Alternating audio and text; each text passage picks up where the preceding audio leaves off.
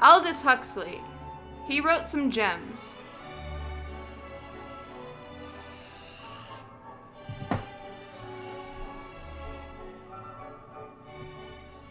We are currently on chapter 8. If you would like to read along, you can type !read along in the chat, and there is a PDF where you can read along. We're on chapter 8. Go ahead and click on chapter 8. Hello, Arashi. Shh. Shush. Be quiet, children. We're reading.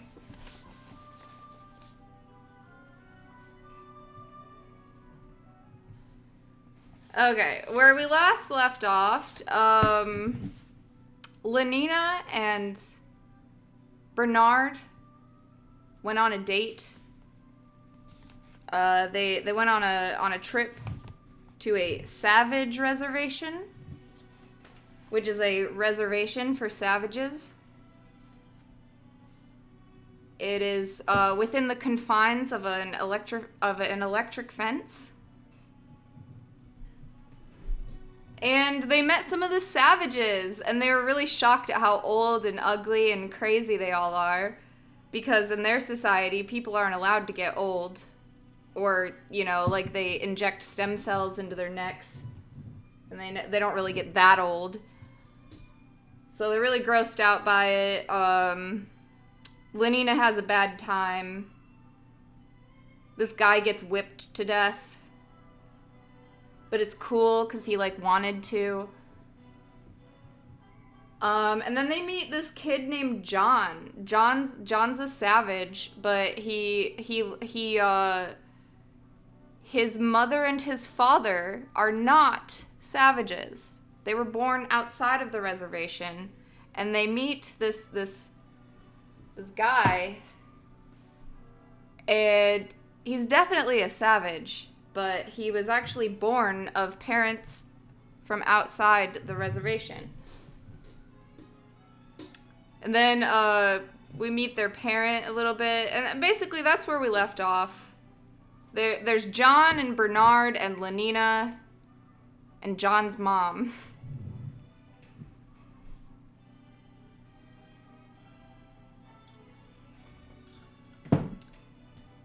Hail Ford.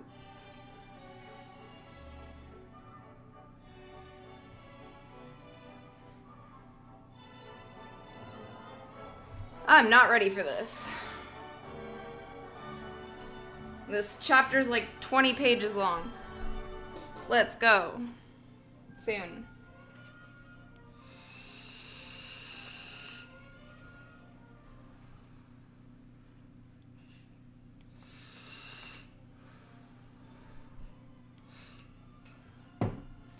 Chapter 8.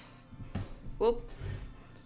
So, wait, okay, I think I don't know if this is what all of chapter 8 is, but it starts out with Bernard and John talking. And the last chapter kind of ended with Lenina and John's mom talking. Their couple name is Bernina. Okay, chapter 8. Outside in the dust and among the garbage. Outside. In the dust and among the garbage. There were 4 dogs now. Bernard and John were walking slowly up and down. So hard for me to realize, Bernard was saying. To reconstruct. As though we're living on different planets, in different centuries. A mother, and all this dirt, and gods, and old age and disease. He shook his head. It's almost inconceivable. I shall never understand unless you explain. Explain what? This, he indicated at the pueblo. That. and it was the little house outside the village. Everything, all your life. But what is there to say? From the beginning, back as far as you can remember. As far back as I can remember. John frowned. There was a long silence. It was very hot. They had eaten a lot of tortillas and sweet corn. Linda said, "Come and lie down, baby." Then lay down together in a big bed. Sing, and Linda sang. Linda is John's mom. Sing, and Linda sang. Sang Streptocock G to Banbury Tea. And bye bye baby Banting. Soon you'll need decanting.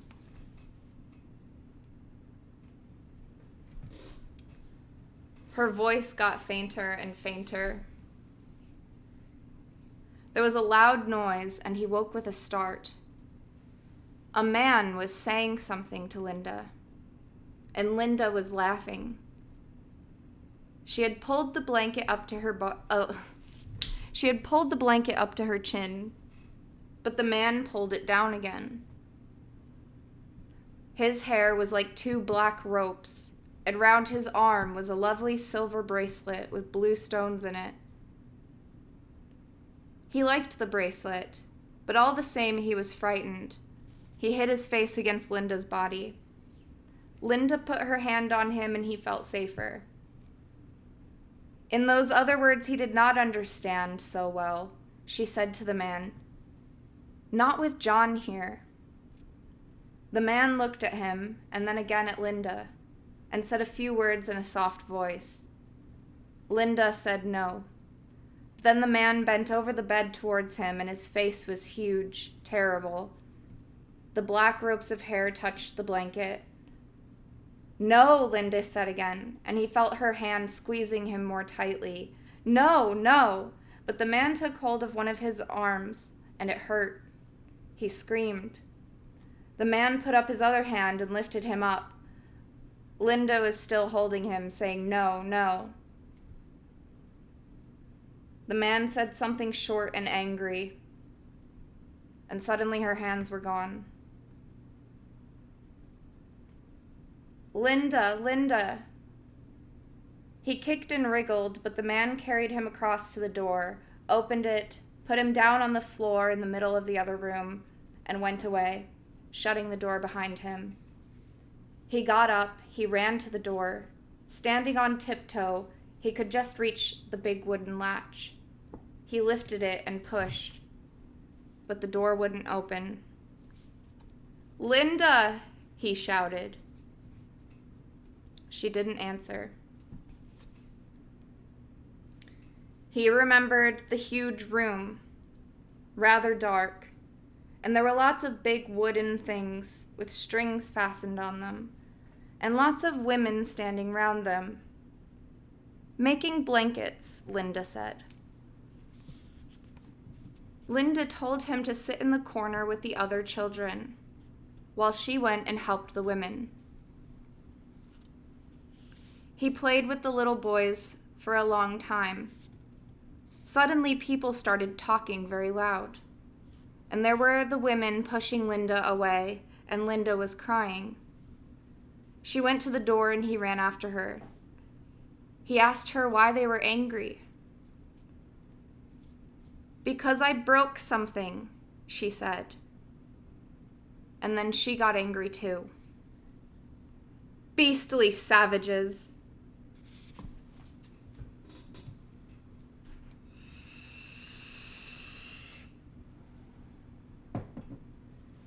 He asked her what savages were.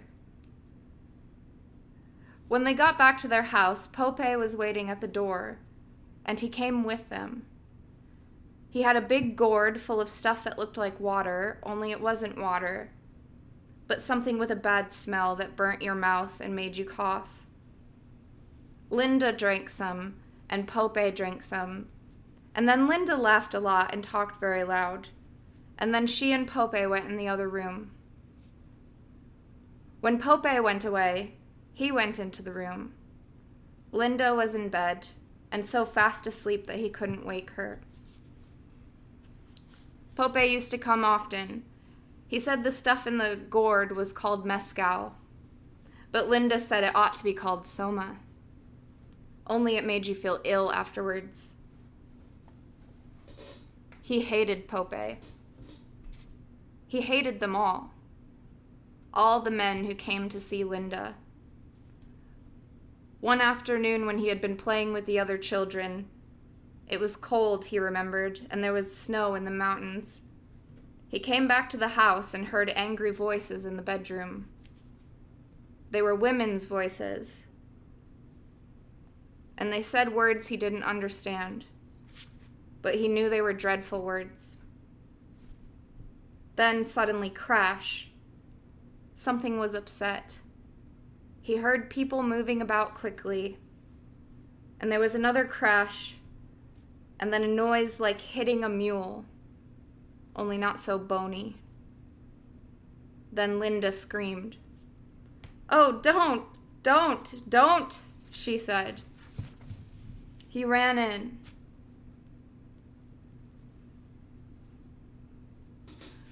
There were 3 women in dark blankets. Linda was on the bed. One of the women was holding her wrists. Another was lying across her legs so she couldn't kick. The third was hitting her with a whip. Once, twice, 3 times, and each time Linda screamed. Crying, he tugged at the fringe of the woman's blanket. "Please, please." With her free hand, she held him away. The whip came down again, and again Linda screamed. He caught hold of the woman's enormous brown hand between his own and bit it with all his might. She cried out, wrenched her hand free, and gave him such a push that he fell down. While he was lying on the ground, she hit him 3 times with the whip. It hurt more than anything he had felt in his entire life. Like fire. The whip whistled again, fell, but this time it was Linda who screamed.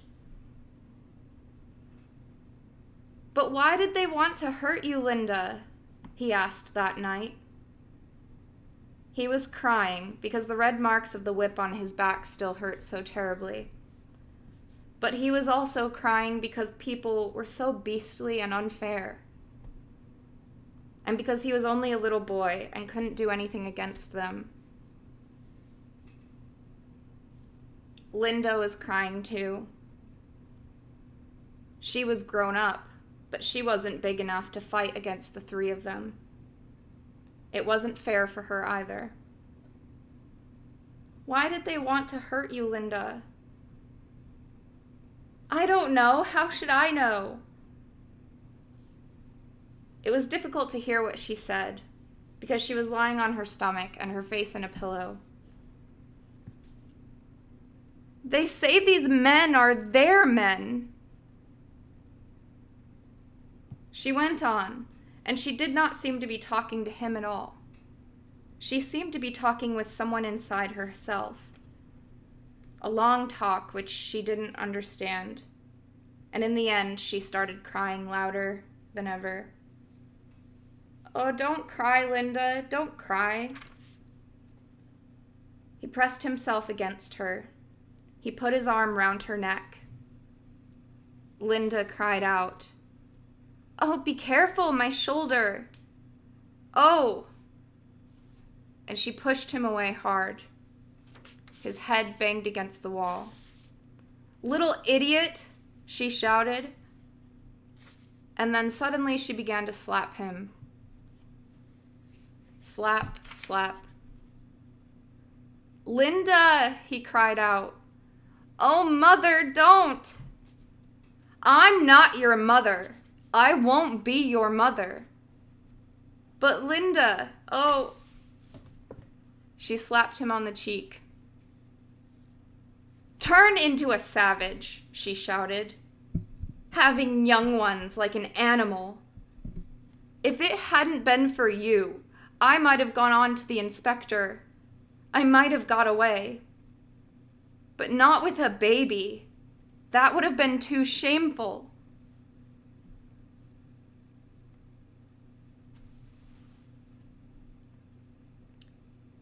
He saw that she was going to hit him again and lifted his arm to guard his face. Oh, don't, Linda. Please don't. Little beast. She pulled down his arm. His face was uncovered. Don't, Linda. He shut his eyes, expecting a blow. But she didn't hit him. After a little time, he opened his eyes again and saw that she was looking at him. He tried to smile at her. Suddenly, she put her arms round him and kissed him again and again.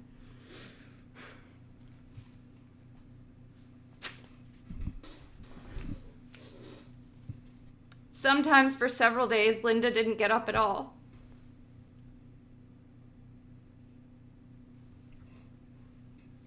She lay in bed and was sad, or else she drank the stuff that Pope brought, and laughed a great deal and went to sleep. Sometimes she was sick. Often she forgot to wash him, and there was nothing to eat except cold tortillas. He remembered the first time she found those little animals in his hair. How she screamed and screamed.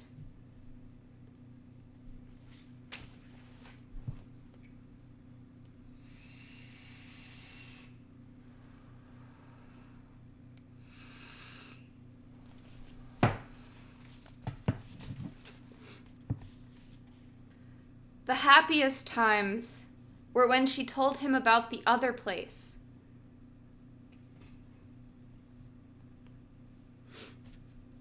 And you really can go flying whenever you like? Whenever you like. And she would tell him about the lovely music that came out of a box, and all the nice games you could play, and all the delicious things to eat and drink, and the light that came on when you pressed a little thing in the wall, and the pictures that you could hear and feel and smell, as well as see. And another box for making nice smells, and the pink and green and blue and silver houses as high as mountains, and everybody happy, and no one ever sad or angry, and everyone belonging to everyone else. And the boxes where you could see and hear what was happening on the other side of the world. And babies in lovely clean bottles. Everything so clean. And no nasty smells, no dirt at all.